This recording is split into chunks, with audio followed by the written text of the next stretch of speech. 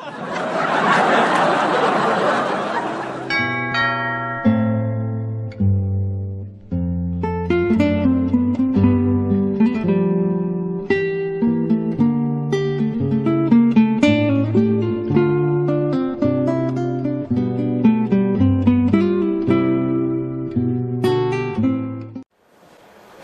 evening, ladies and gentlemen. Tonight, April 15, 2013, it is my great pleasure to introduce our own guest speaker tonight, Pam Ball, who spent some years in the Middle East, and at that time I think she went in search of the Queen of Sheba, and that's the topic of her talk tonight. As I might have mentioned, it's not always easy to get a local person to speak on local history, so sometimes we bring in something with a bit of a different flavour. And tonight, Pam, I'm sure we'll all enjoy your talk on the in search of the Queen of Sheba. So I'll pass it over to Pam. Thank you, Pam. I have to work this. Hit the B now, one B.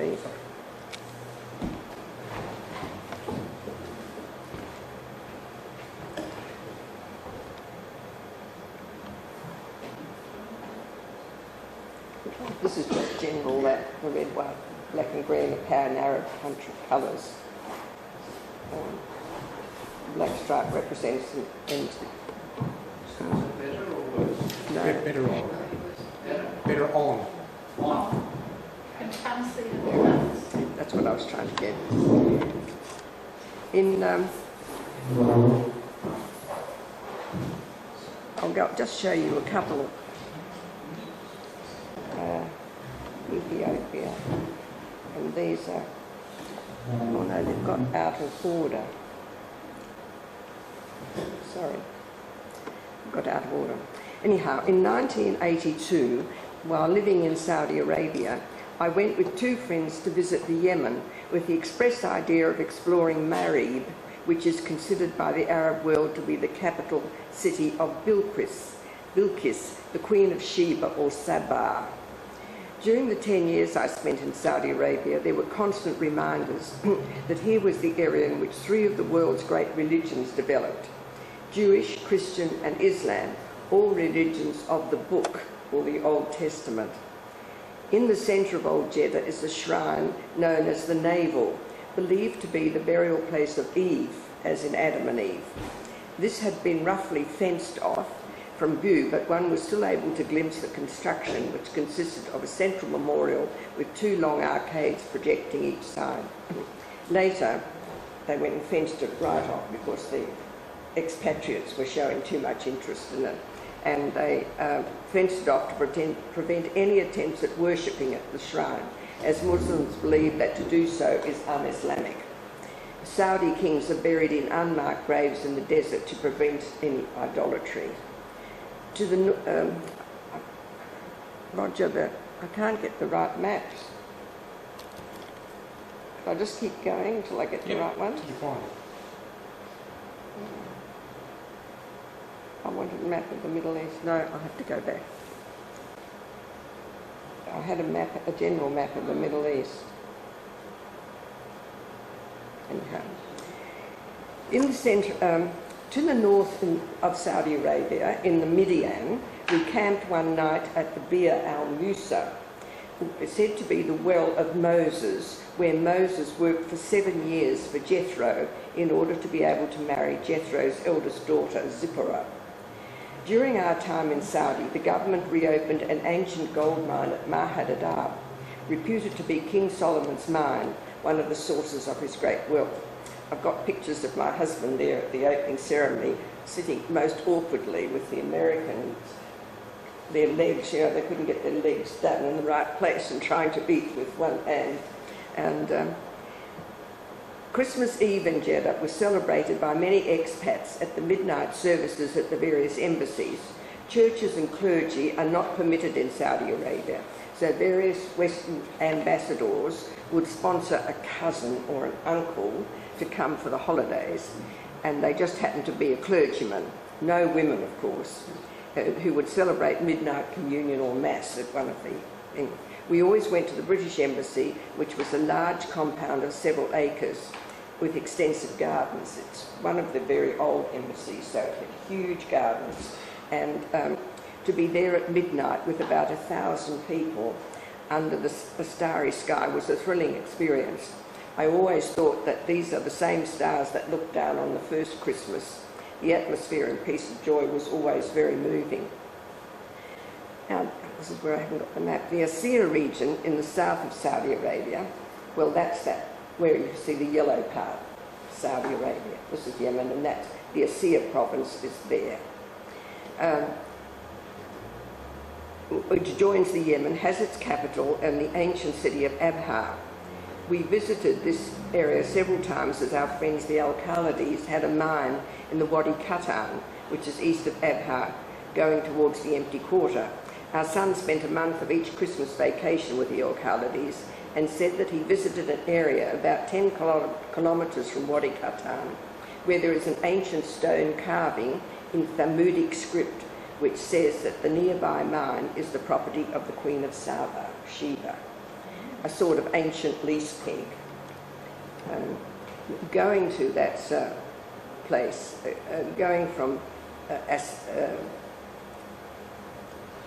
to visit them, you go down to Abha, and then you go out towards the empty quarter and the road finishes and so on.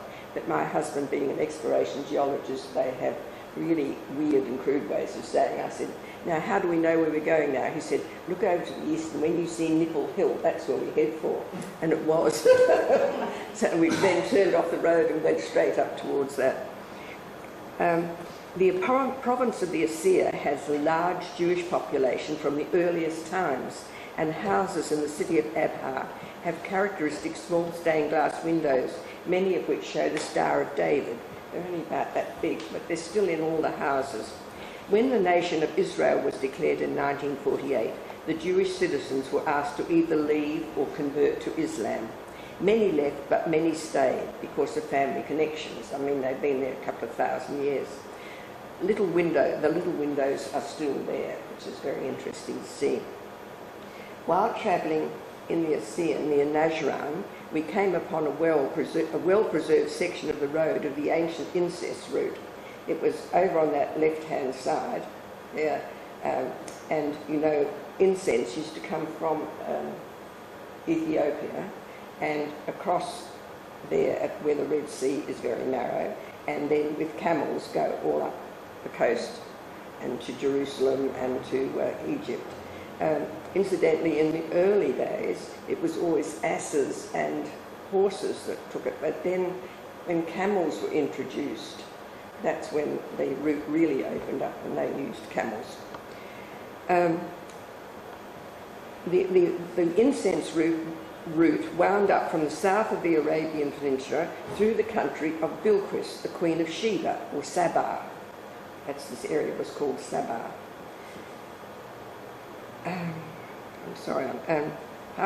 Up the west coast past Petra and the land of the Nabateans to Palestine and Egypt. Frankincense and myrrh grew profusely in the south of the Arabian Peninsula and in the Horn of Africa, and it was valued in Palestine for religious purposes and in Egypt for embalming. The introduction of the camel to Arabia made these countries in the south very rich, but the land route fell into disuse when the Arab seamen solved the riddle of the tides and winds in the Red Sea and the Persian Gulf and became such great sailors. They were the originally really great sailors, the Arabs. I resolved to visit the Yemen to see the city of the Queen of Sheba, and fortunately found that my friend Ingrid El-Khalidi wanted to make the same expedition. Ingrid is the wife of our friend Hattem, now an American citizen, but of a distinguished Palestinian family who in previous centuries were viziers to the various Arab rulers. His father was the mayor of Jerusalem in 1948, so he doesn't feel so good about that. When Israel was declared, and had been exiled twice to the Seychelles by the British government for his opposition to increased Jewish immigration. Hattem learned to fly in the RAF during the Second World War, then studied geology in the USA.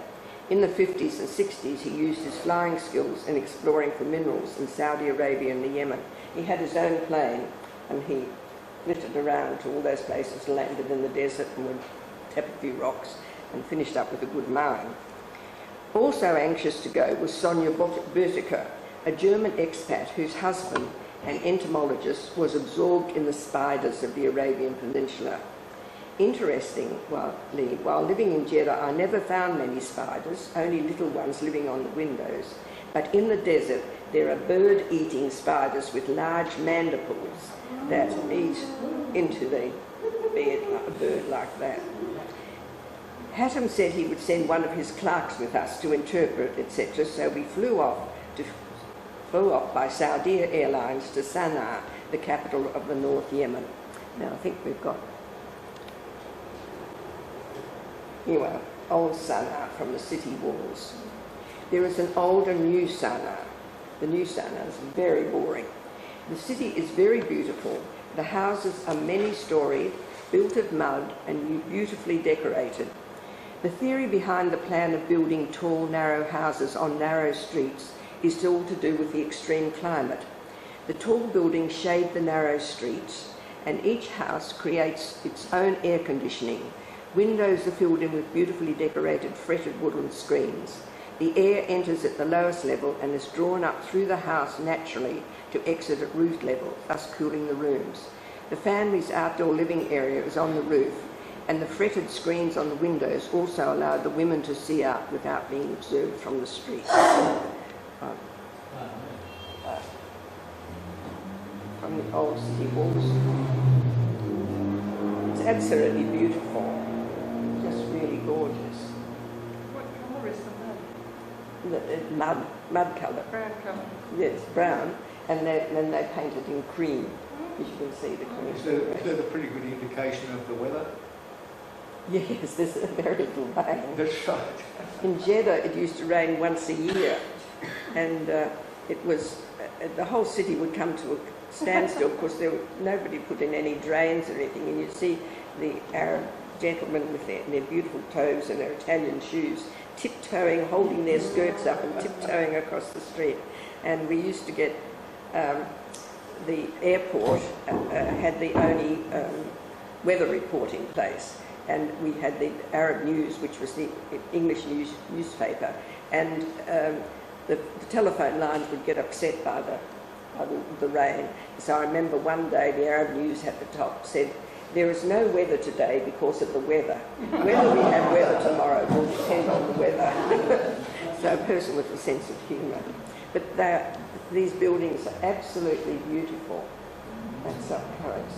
That's me in that corner there. And these were all, down here, people had their vegetable gardens. There's a very narrow house there. But whole families live in these houses.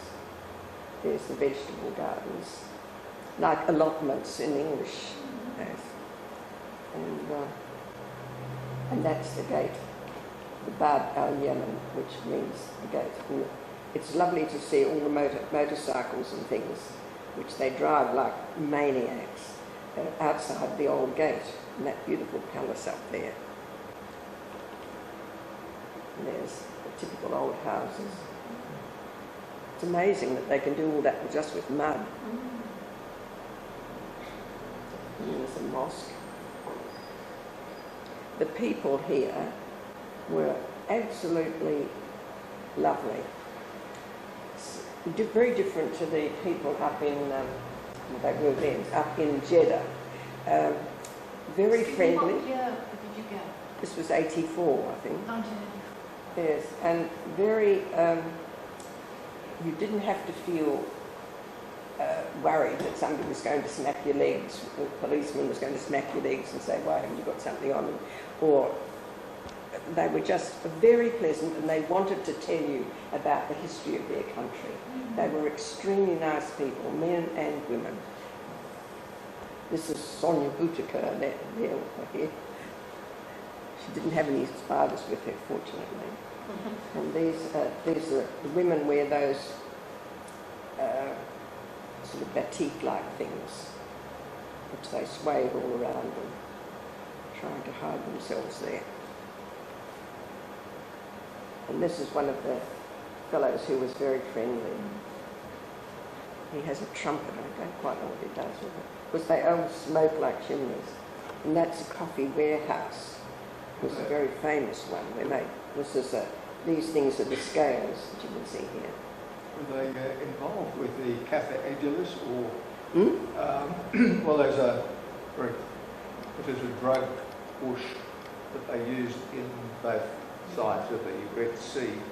Of course, the name is Cafe Agilis, but it's used by a number of other things, and other names, local names, and they chew it.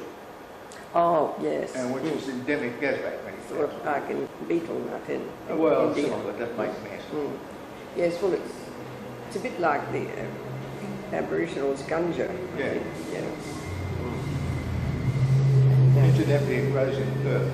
That's what people have a lot of problems with, particularly the Ethiopians, people, and they'd get into your gardens if you had one of these bushes and strip it for you. Oh, right. But they'd come back next week and strip it again, and then again. That's the coffee warehouse. It's all pretty primitive, but it's amazing. You don't get terribly sick. Locals are not camera shy. He was absolutely gorgeous. He took us everywhere. Here, come and take my photo. It was a bit like that. That knife that he's got in his belt, the boys get that as a puberty. They're given, when they're about 14, they're given one of those knives and they carry it in their belt.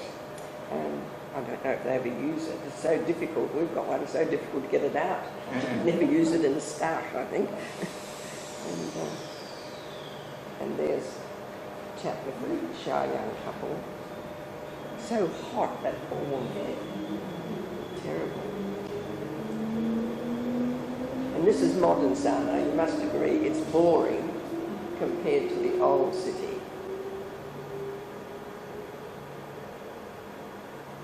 What's the source of their water? It's from wadis. Ah, Yes. When we first went to Jeddah in 1975, all our water had to be trucked in from wadis, and you had tanks in the compound, and the water came in. But then they got, about 1980, they got their desalination plant. They were the first. converted oil into water. Hmm? Converted oil into water. Yes.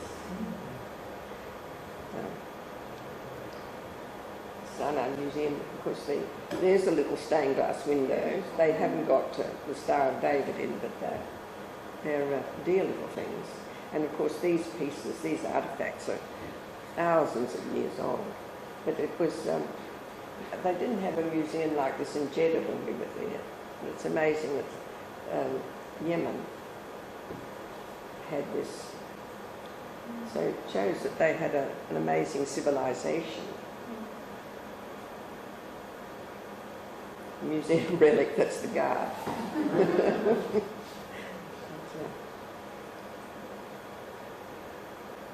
Now, and this is a bit later. Anyhow, pictures volume. And so we set off for Marib after hiring our guards. Oh, this is, we went out to visit in Raudas, old house. These two people in the centre are expatriates who live there. Work for one of the embassies, I think. This is Sonia Boutica over here. But the house is absolutely gorgeous. It was an old house. And of course, they painted it all beautifully inside. But it's very painful sitting down on those mats all the time. But it was, they were very hospitable. We had a lovely time there. Anyhow, we wanted to go off to Marib to see the Queen of Sheba, or the town. We had to hire guards because there was still a lot of trouble there at that time. And so we had to hire two young men who had Kalashnikov rifles.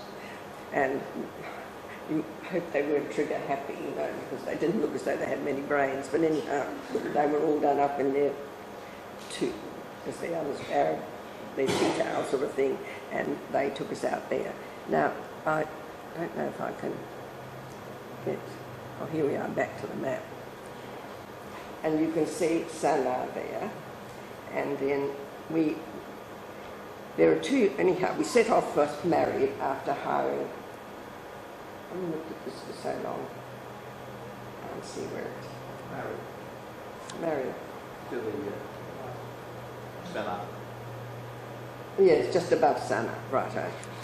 Anyhow, there are two stories of the Queen of Sheba, one from the Bible and the other one in the Quran, but both agree that she existed and she was a very powerful figure. She was believed by the Christian Church to be the Queen of the Kingdom of Ethiopia, the first great civilization of sub-Saharan Africa. About 1,000 years before Christ, she travelled to Jerusalem to consult with King Solomon, who was believed to be the wisest man on earth. And Roger copied a piece on the back of your notice. Did you see it?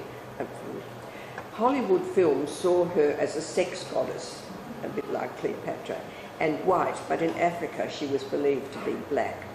Anyhow, she came to Jerusalem and brought with her as a gift to the king priceless frankincense and myrrh, which grew in Ethiopia and which Solomon required for his religious ceremonies in the synagogue. The Bible says in 1 Kings that she tested Solomon with many questions and he satisfied all her desires. That's quite interesting. The story appeared in the Old Testament but was written centuries after the event. There is nothing in the Bible about a sexual relationship, but it is believed in Ethiopia that Sheba returned to her country with a beautiful golden ring given to her by Solomon and pregnant to him. She gave birth to a son who was named Menelik and who became the king of Ethiopia and a founder of the dynasty. The name of Menelik continued as a ruler's name over the centuries. During his lifetime, Menelik in turn visited Solomon in Jerusalem and showed him the ring which had been given to Sheba in order to convince Solomon of his paternity. It is believed in Ethiopia that Solomon gave Menelik one of the holiest relics in the Middle East, the Ark of the Covenant, to take back to Ethiopia, and Ethiopians believe that it is there to this day. And last year or the year before, there was a BBC thing on in which they took you to that place, and these priests just devote their whole life to living there, and it's supposed to be where the Ark of the Covenant is. They wouldn't let them in to see it, Hmm? They wouldn't let them in to see it. No, nobody can go in. And the shrine is near Axum, which you'll find on the... it's down off the map there. Arabia and the Horn of Africa are only 15 miles apart, as you can see just there. And these cities have traded for thousands of years.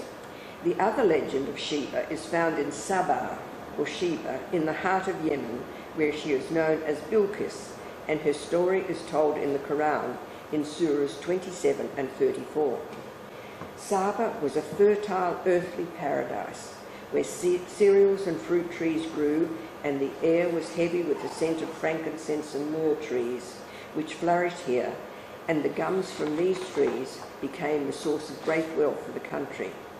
The spices were exported to Egypt and Palestine along the spice routes which terminated in Petra. So it went across there at the Narrowhead and then right up to Palestine and to Egypt.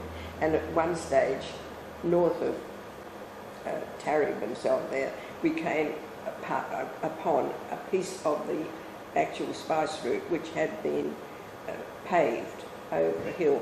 It was about this wide, beautiful paving with gutters on either side, and it went up and over the hill, and then there had been water apparently somewhere near there, but it was still there after all those thousands of years. In the Quran, Surah 34, the fertility of Saba was dependent on the great dam built in the 6th century BC. Now I'll see if I can... Now that's Mari, the capital of the ancient city. It's up on that mound because the mound is the remains of all the cities for thousands of years. And they just, when one lot fell down or when somebody devastated it, they just built the next city on top. And those buildings that are on top are very interesting because there's still a few people living there, but when you come through you find around the doorway a piece with Roman inscriptions on it, the piece with Arabic inscriptions. They've just taken pieces of the old buildings and built new buildings. and you can find history there for thousands of years. The fertility of travel was dependent on the great dam built in the 6th century BC. It was 600 metres in length, and the water must have been 50 feet deep in the centre. I'll see if I can find it. There's Marib again. Another view of Marib as we get closer. This is inside the city of Marib. The square-cut pillars are the remains of an ancient Sabaean temple, and they've used them there.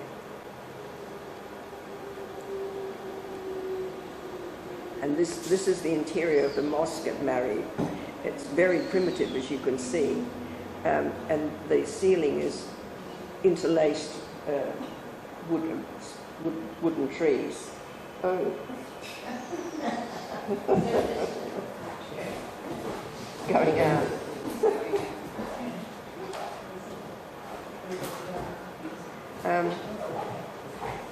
See if I can find the dam.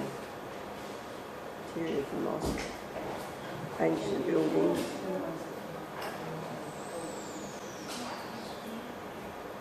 And this is interesting, painted doorway with the handprints on it.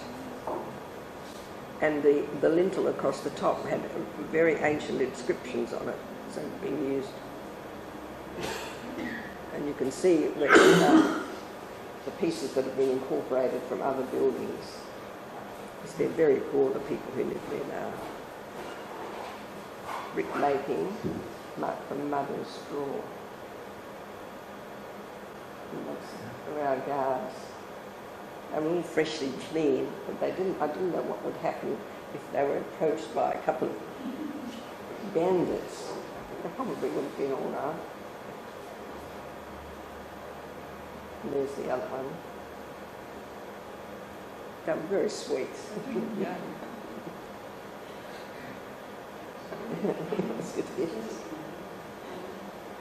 I love having a photo taken. And that's a local up there. And they're very handsome looking people. And that was the governor's palace. It's interesting, I don't know if you've seen on television last year, a BBC program once again, that the Yemenis are rebuilding, reassembling some of the temples and things which you'll see, which we saw just lying in the dust. And they're doing, like they've done in Egypt, reassembling them and attracting tourists to visit them. This is the remains of the famed Marib Dam, built around 1800 BC. So they were pretty good builders. And that was the centre part of it, where the water was held. And this is the spillway down the side, when you think when it was built, and it's still there. 4,000 years ago. Mm. The side walls.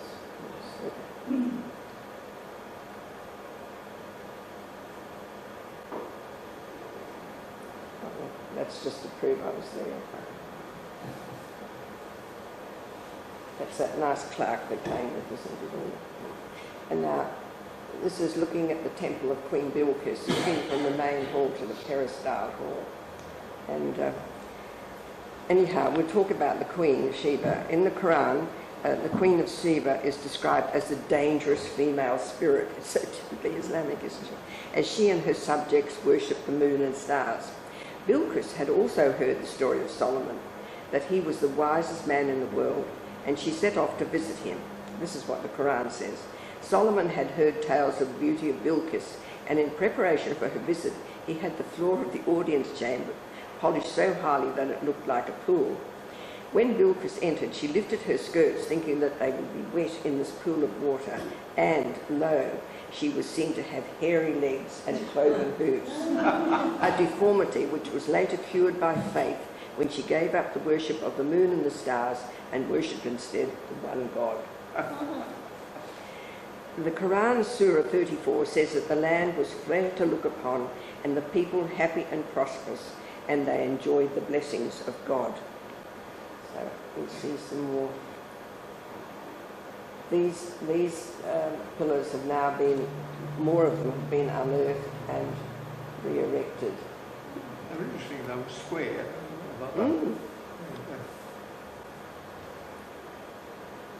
That was the ovoid main hall down there. This, I'll find the one. Block and Oh. pink, like they were. This, the local boys would climb up like that. It was, they'd go right to the top. It was amazing. They said that the land was fair to look upon and the people happy and prosperous, and they enjoyed the blessings of God. But into the land of Arabia Felix, happy Arabia, came the insidious snake of unfaith and wrongdoing and false pride in their skills in irrigation engineering. Perhaps they broke the laws of nature which fed and sustained them. Then Nemesis came. The pent-up waters of the eastern side of the Yemen highlands were collected in the great dam of Marib. A mighty flood came, and the dam burst, and it has never been repaired. And then the Quran says, and so began the slow desiccation of the country. Well, it's a bit like us worrying about our country now, isn't it? And I'll just... Anyhow, the government of Yemen has realised the value of its history and is now restoring the temples of Saba, digging away the sand and revealing an amazing amount of construction which has laid under the desert for so long. So I'll just... yeah, I'd love to get in. There is right at the top. It's amazing how square they are. Break it down again. So, that's a technique used on rock climbing. At the end of the day. There's the view of the stone there. He's ready with his gun. Hot and weary travellers, as we really know. Ready for the part, you know. There's the guards up the top.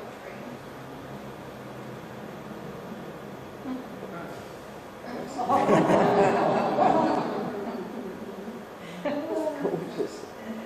Anyhow.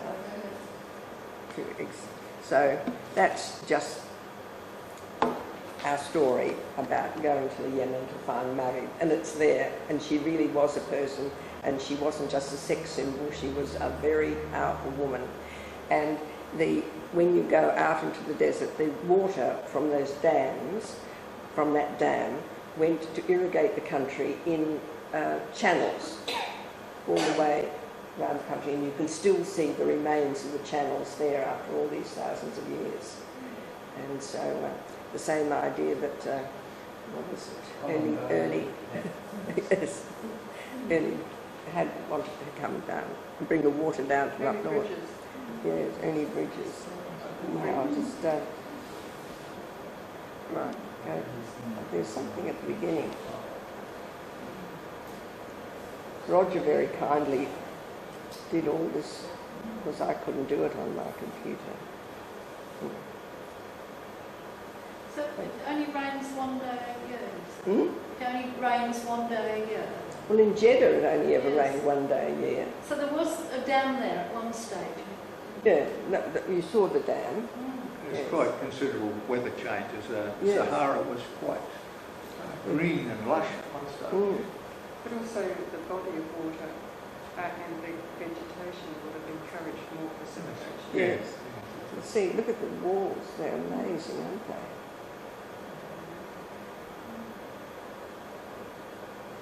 So, You can see occasional trees. there's a little bit of green there. So, it's amazing what people did with mud and because Marib was the capital of the Queen, the places weren't mostly built with mud. They weren't built with mud. Mostly they were built with stone, which is more for buildings for famous people. You know.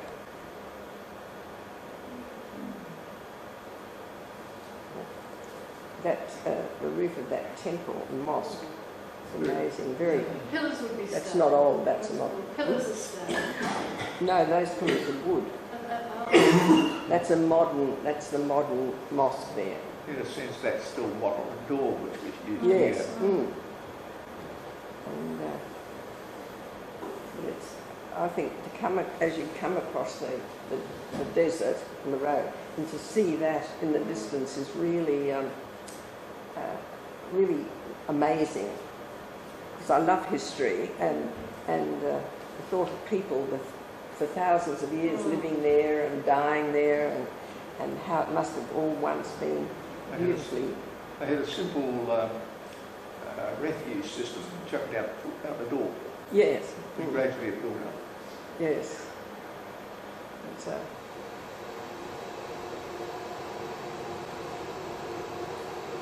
museum was very interesting.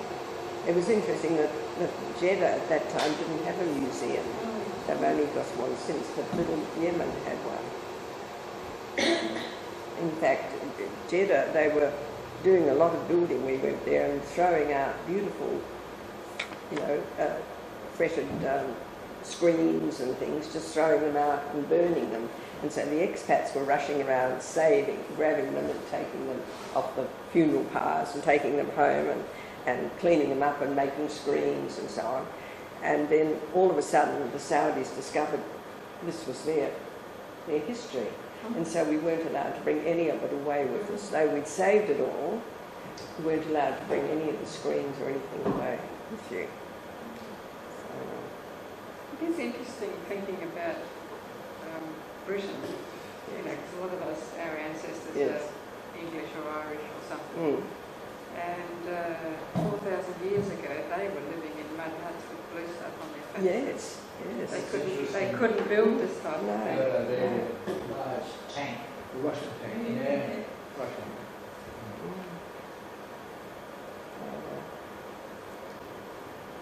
And the souk, the spice souk, I've got a little painting of it in Sana'a, is very famous. It's one of the spice souks of the Middle East, and it smelled gorgeous and it looked so lovely. And, I brought back some of those things that it uses. They like blue. Mm. Probably, but the decoration on those buildings, I mean, it's so absolutely amazing. And when you see them building it and their rickety scaffolding, it's absolutely terrible. A lot of them used, apparently some of the older ones, they had holes in the wall where annually they had to put pieces of wood to climb up and resurface the whole lot. Yes. They'd only last a couple of years. So it was continuous maintenance. The fact that they were, the fact that they were mud didn't mean to say they stayed there forever. And I think it's just so beautiful. And anyhow, we're back. So we say goodbye to beautiful Yemen. Thank you. Thank you. Ladies and gentlemen.